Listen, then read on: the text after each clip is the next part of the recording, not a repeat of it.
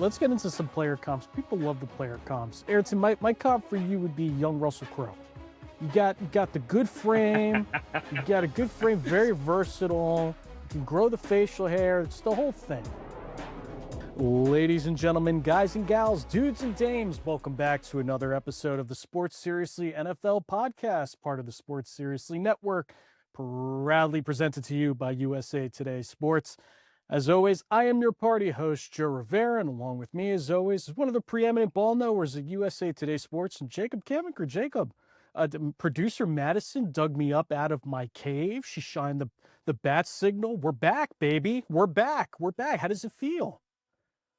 Oh, it feels great. We navigated about 20 minutes of technical difficulties with me being unable to figure out how to use my microphone because, I've been right in that cave next to you, basically. So glad to be back in action. Glad to be kind of doing everything that we're doing and getting ready to preview this, what should be a very exciting NFL offseason. Yeah, and Jacob, the two it takes two to tango, but three's company, right? Three's a party here, and of course we got the preeminent NFL draft expert at USA Today Sports, a colleague of ours, Ayrton Ossie. Ayrton, welcome to the show, my friend. It's so good to have you on. It's a genuine pleasure to be here. Longtime fan, first time guest. I'm excited. Should be fun. Yeah, it's going to be a good time, Ayrton. And of course, we joke when we say this, but this is your Super Bowl, right? Like this time of year is your Super Bowl. And we got to talk. You're heading out to Indianapolis for the NFL Combine. Draft is right around the corner. It's going to be here before you know it. So, what are you looking forward to most from this year's Combine, Ayrton? There's going to be a bunch of fun athletes, but one of them that's going to really stand out is Ohio State linebacker Sonny Styles. As soon as he announced that he's going to be participating in drills, my ears immediately perked up. I know Arvell Reese gets a lot of the headlines, but Sonny Styles is probably going to put on a show that warrants consideration for a top 5 prospects, top 10 pick. Teams are going to have a hard time ignoring him. Beyond that, there's going to be a few Planet Theory guys that are just they move different than humans should. It's going to probably be Alabama offensive tackle Caden Proctor and Florida defensive tackle Caleb Banks. Those two should put on some really impressive numbers. And Jacob, I want to throw the same question to you. What about it this year? And we know the quarterbacks, we'll talk about the quarterbacks, not a lot there to pick from, at least first round talent. But what about this combine feels special or important to you? Yeah, I think it's very important because there seems to be little consensus atop the draft this year. We're fairly certain Fernando Mendoza is going to be the number one overall pick after his Heisman Trophy and national championship season at Indiana. Beyond that, really anything could happen. There's a strong group of guys at the edge rush position, including David Bailey, Ruben Bain. Arvell Reese is a linebacker, but he can play on the edge. Ayrton mentioned Sonny Styles. He's a guy who's going to get some looks. Caleb Downs, he's a safety. Where is he going to go? And Jeremiah Love, a running back, absolute stud. We just don't know where these guys are all going to go. It's basically Mendoza, and then we'll figure everything else out. So a lot of guys have a chance to really improve their draft stock at the Combine. And the other thing to watch at this Combine, Ty Simpson is pretty much the consensus number 2 quarterback in this year's class. It's a weak quarterback class. We have no idea where he's going to go. He could hypothetically go as high as the top 5 if he has a great pre-draft process, but it also wouldn't shock me if he falls to the end of the first round or even into the early stages of the second day. So this is going to be a massive opportunity for him to show what he can do at the Combine. He's going to throw. So I think he might end up being one of the top guys to watch. And you know what, Jacob? That is a perfect segue, my friend, to talk about quarterbacks at the Combine this year. And Ayrton, I'm curious your thoughts because we know about Fernando Mendoza, right? Indiana quarterback, probably, most likely, most definitely is going number 1 overall to the Raiders, safe to say. But after Mendoza, what are you looking for in these quarterbacks? Who piques your interest in Indianapolis? Yeah, it's going to be a good question. Obviously, Jacob brought up Ty Simpson. Simpson's going to have, as soon as he announced that he's going to be throwing at the combine, this is an excellent opportunity for him. He's one of those guys where he waited his time in Alabama to have his chance as a starter. We only have one season of tape on him. Okay, so we need to see, like, hey, when he's not throwing to players that he's been in a program with for years, what does that look like? What does it look like when he measures in? He has a smaller frame. How does that look? Besides him, there's another guy who's been rising post college football season. That's Garrett Nussmeier at LSU. Granted, a lot of the questions he underperformed in 2025.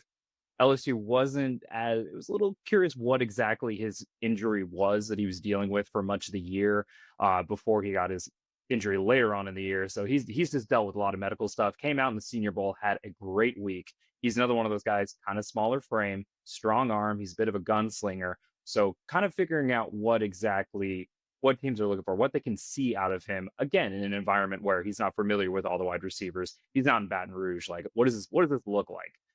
As far as sleeper guys I'm looking for, North Dakota State has a big athletic quarterback.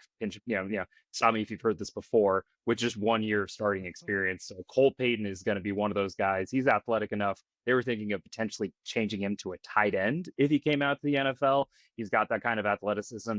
Had a great 1 year at North Dakota State, but is he going to get drafted at all? He's going to put on a show, and scouts are going to want to see what he's like in interviews as well. All right, Ayrton, I'm going to ask you to put on your general manager's hat, your talent evaluator's hat right now, and tell me your general manager will say the San Francisco 49ers. Sorry, Mr. Lynch, but we're gonna put your hat on. What you personally, is it the arm strength? Is it the intangibles? What do you think is the most valuable skill for a college quarterback to have coming into the NFL?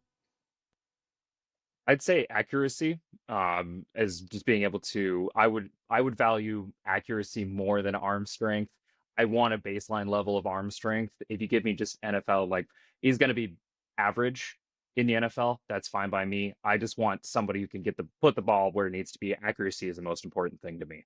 If you can, there are a few cases where you can work that out, but more often than not, if you spray a lot of spray a lot of throws in college, it's going to happen in the NFL. Jacob, what do you think? What's the most important trait that a quarterback needs to have coming to the NFL? Yeah, I think I'm right there with Ayrton. It's accuracy and ball placement. That's the kind of thing you look at a guy and you say, all right, if you have great accuracy and an ability to place the ball where it needs to be, not just on the receiver's frame, but maybe hit him in stride, those guys are typically going to have a higher floor than the guys that, like Ayrton said, spray the ball around the field. I mean, we've seen it recently where Anthony Richardson ended up being a top 5 draft pick, and he had all the physical talent in the world.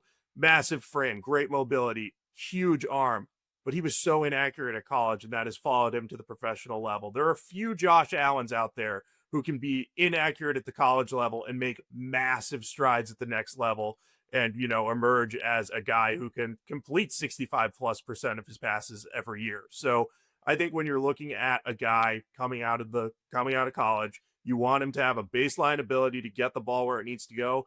And those that have elite ball placement, you're never going to draft a true bust there. Maybe you end up with a guy that was overdrafted, but those guys who are super accurate with good ball placement almost always end up as great backup quarterbacks. Good example, Mac Jones, top end backup right now. When he was coming out, his ball placement and accuracy were among the best in his draft class. And I know he didn't pan out as a starter in New England, but we saw him in San Francisco this year. He looked pretty good. So I think that's the kind of thing you look for and you say, hey, Mac Jones, maybe he was a bust as a first-round pick, but he's still a quality NFL quarterback and might even be a low-end starter if he gets a chance in the right system.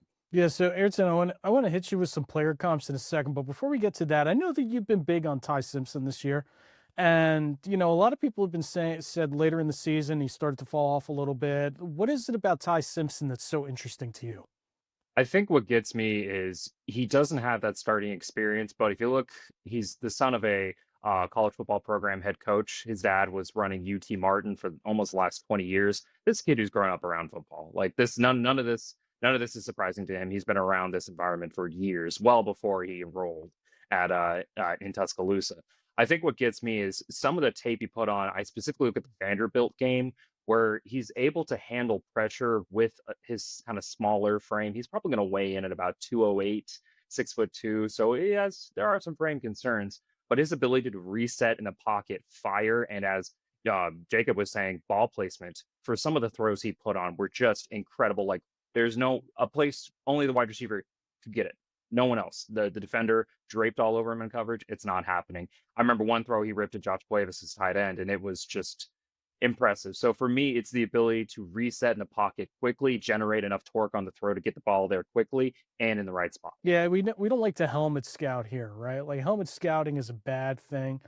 But I want to talk about Alabama quarterbacks in the NFL real quick, Ayrton. And do you put any stock into the fact that Simpson was an Alabama guy? I'm curious.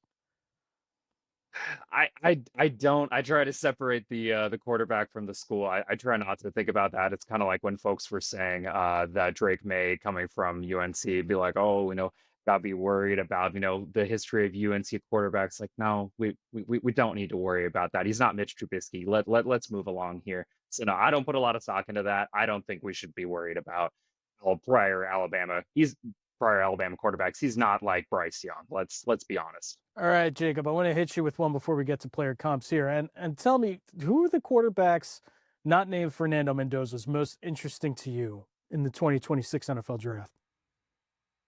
Yeah, I think Ty Simpson is a guy I'm very interested in, but I'll give you another name that Ayrton has already mentioned, but Garrett Nussmeier from LSU. He came in to this season or maybe even last season as a guy that was getting a lot of buzz as, hey, he might end up being the number one overall pick. He's had the injury concerns, but he's kind of seen his stock tick back up, and partly because it's a weak quarterback class, but he has some of those traits that we talked about when he's at his best. He has a pro style throwing ability. He has very good accuracy when he's at his best. He had too many turnovers. That was his issue. That's a ball placement thing. So he has to work on that at the next level.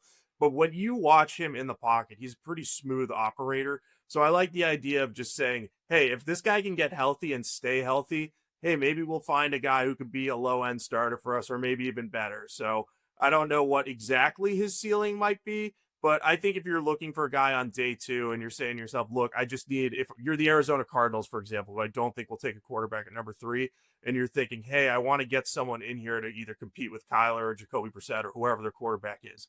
Looking at Garrett Nussmeier, you see a little bit of that ceiling, but you also have a high enough floor that you're like, hey, if I take this guy and he doesn't quite pan out as a starter, he can still be a high end backup. So that's kind of what I look for with those day 2 guys. You're either looking to hit a home run with a big potential pack guy, or you're looking at someone and said, hey, this guy can maybe be a good starter, and if not, I've got a good backup.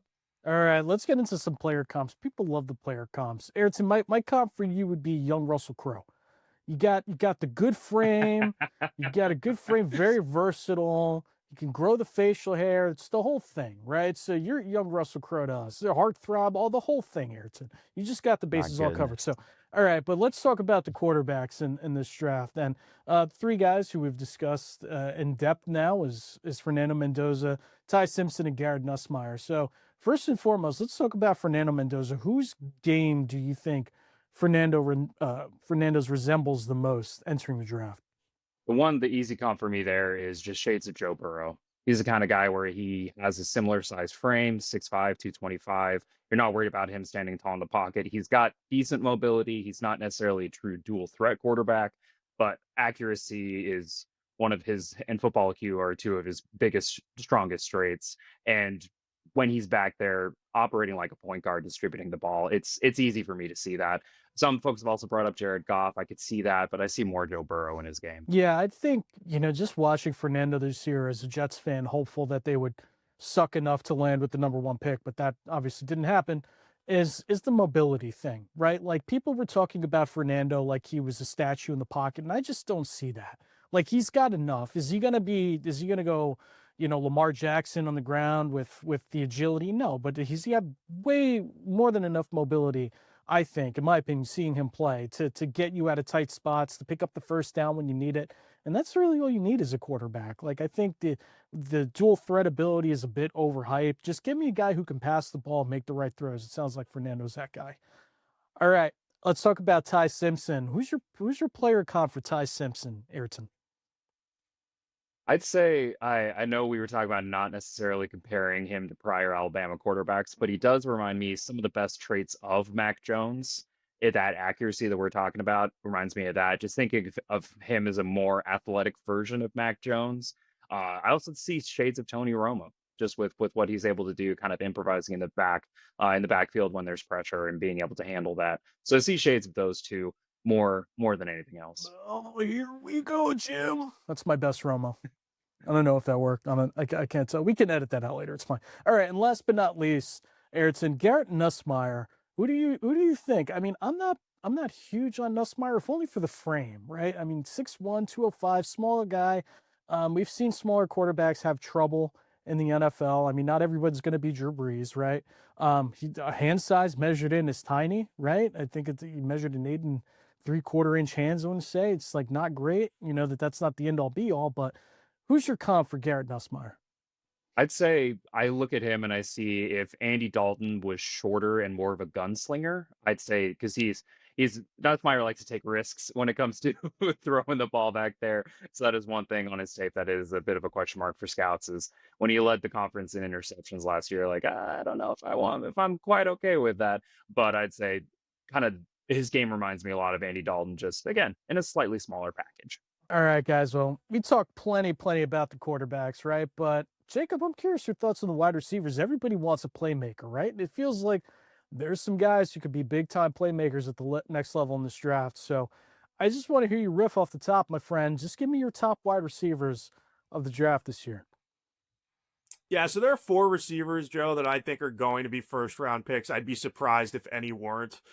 So I'll just run through them in the order that I had them in my most recent mock draft.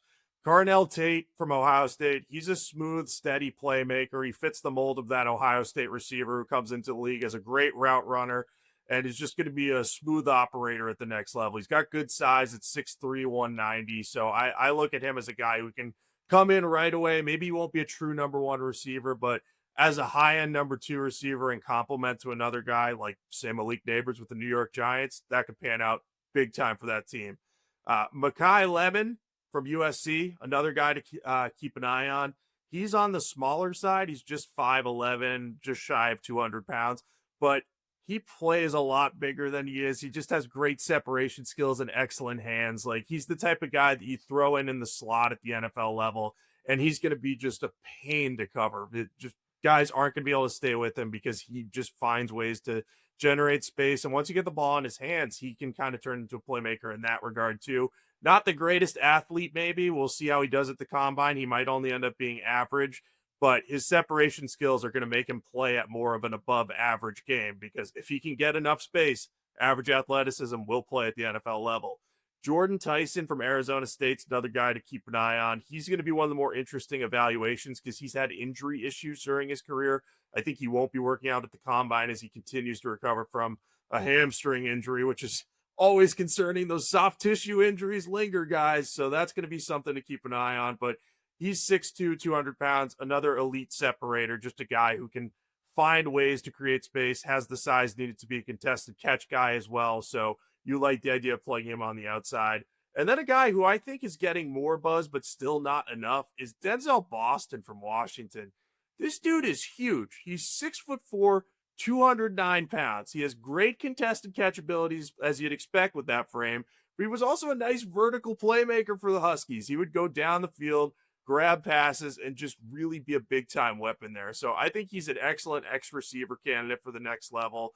And look, if he falls to the latter half of the first round, like a lot of mocks have him, he could end up emerging as a steal. I could see a world in which he ends up being one of the most productive receivers in this draft class. So I'm pretty bullish on him, and it wouldn't surprise me at all if he ends up sneaking into the top 15 and maybe going past Jordan Tyson if Tyson's injury issues continue to raise red flags among NFL teams. I know that's generating a little reaction from Ayrton there, but Your you thoughts, never know what Ayrton? might happen when the guys have injury concerns. Now's your chance, Ayrton. Let Jacob hear it. Why is he wrong? Why is he wrong here? I just aside from a medical red flag that comes up with Tyson, I don't see him slipping that far. He's a touchdown machine, separates at will. If he's your number two receiver or even a number one option, you're feeling pretty good. You're feeling pretty great about that. So I'd be shocked. I'd be shocked if he fell that far. All right, again, I'm gonna ask you, Ayrton, to put your GM hat on, put your talent evaluator hat on, and tell me you're looking to draft one of these guys. You know, you need a number one heading into the 2026 season. Which guy gets your pick? Of the four Jacob mentioned, it would probably be Carnell Tate. I just love what he offers as he's an incredible receiver when it comes to avoiding drops at all costs.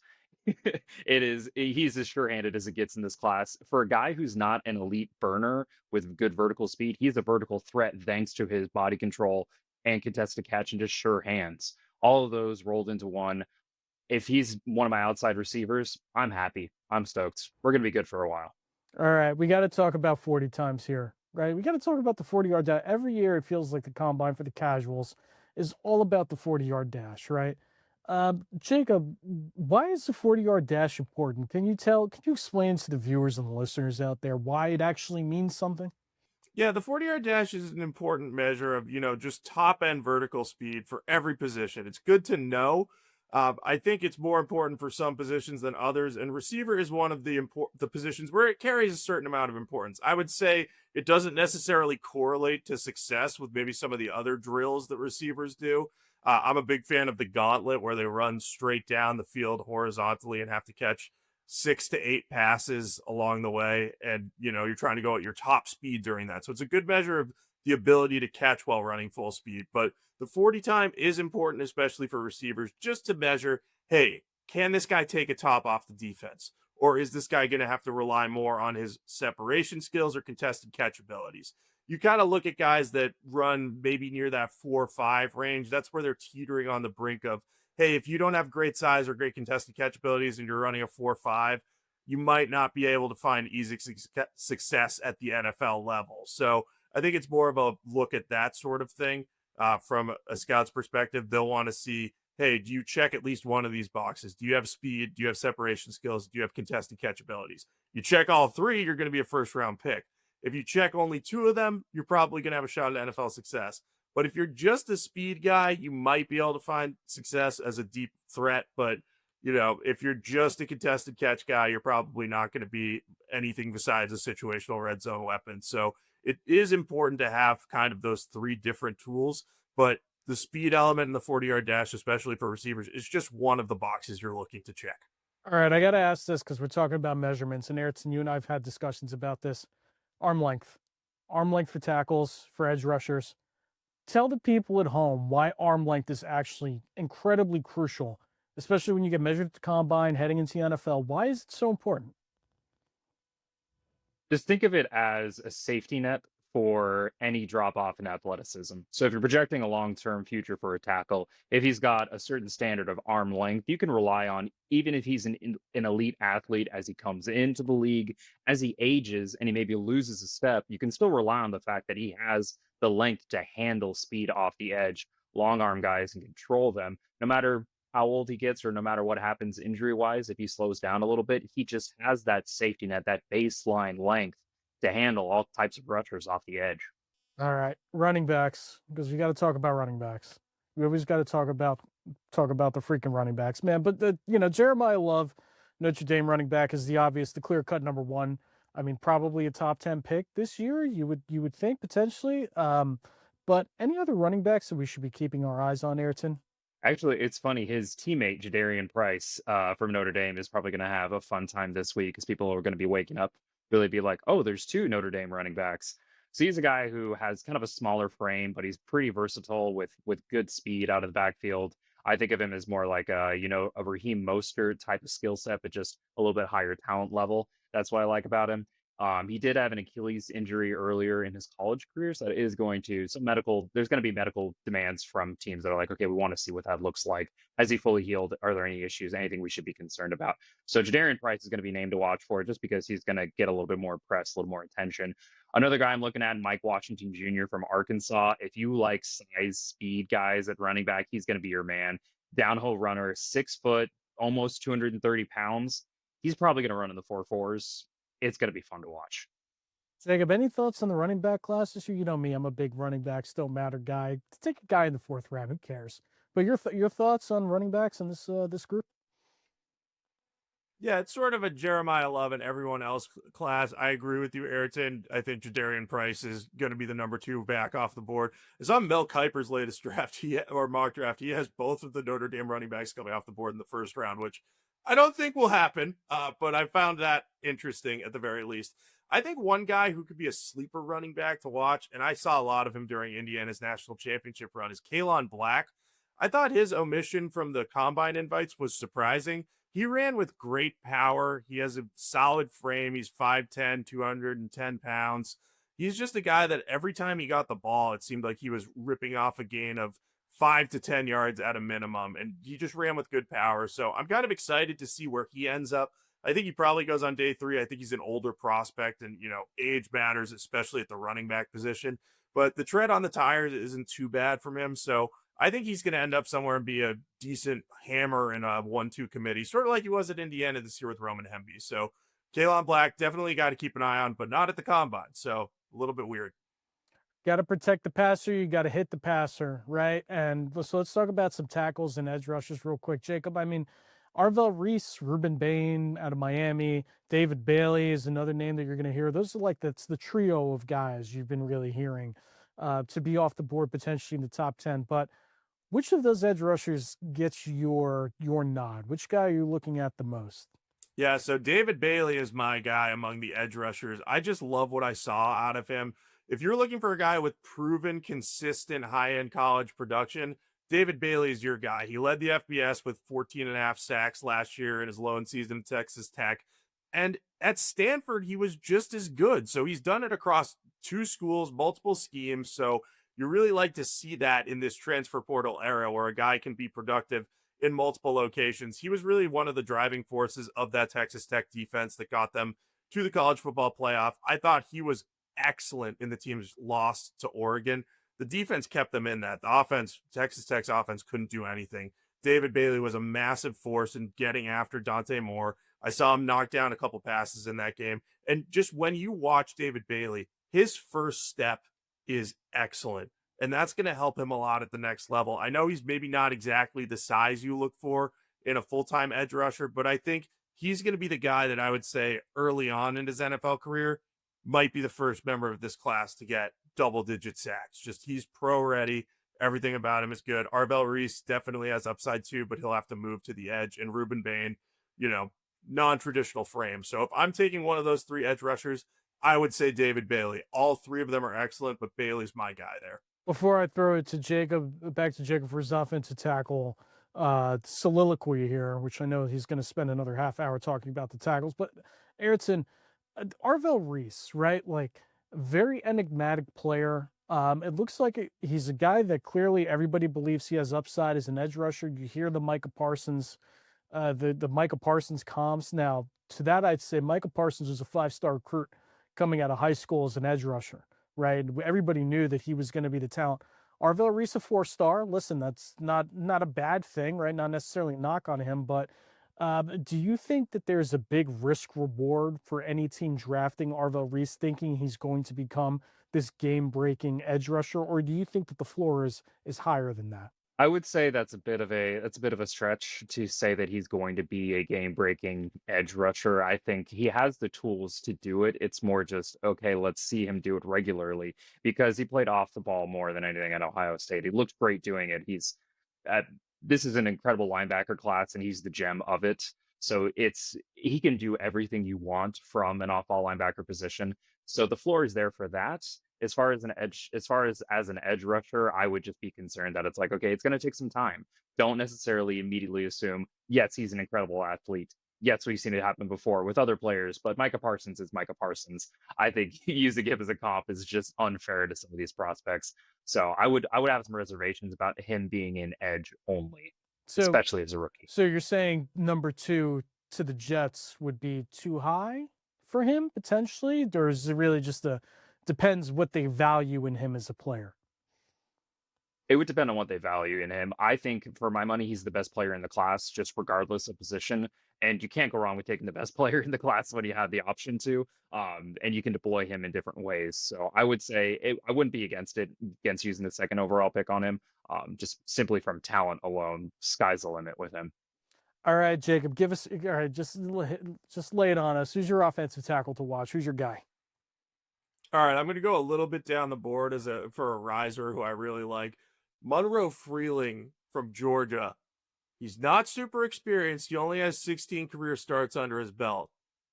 But he has a 6'7", 315-pound frame.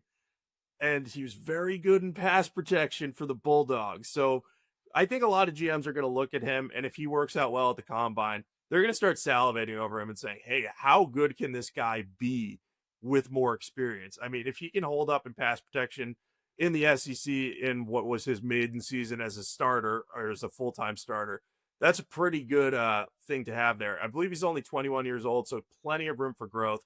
I think he's the type of guy that might go late in the first round. Maybe he'll rise a little bit if he has a good combine showing, but he's a dude whose stock seems to be on fire. And the more evaluators who look at him, I think the more teams are going to want to kind of take him as that tier 2 tackle with a little less experience. But man, could he be good if he lands in the right scenario?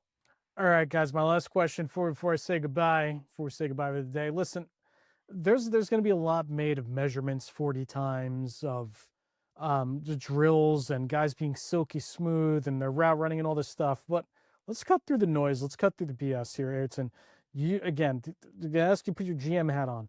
You're at the combine. You're watching these guys perform. What moves the needle for a general manager? What is the biggest thing? Is it the measurements, the intent, all of that stuff? Like, what is the biggest thing that a GM looks at and says, "Oh, well, this is my type of player"?